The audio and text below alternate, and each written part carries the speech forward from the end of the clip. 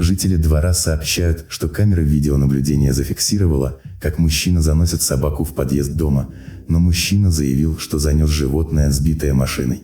По словам жильцов дома, травмы не похожи на удар автомобиля, у собаки был разрыв органов. Очевидцы взяли мазки у животного и просят провести анализ. В социальных сетях пользователи сообщают, что в Салавате неизвестным была собака по кличке Жулька. Животное, не приходя в сознание, скончалось в подъезде дома номер 4 на улице Бочкарева. Кроме всего этого, пес был изнасилован повторно. В начале декабря прошлого года зоозащитники вылечили 4-лапового питомца, и вот ситуация повторилась.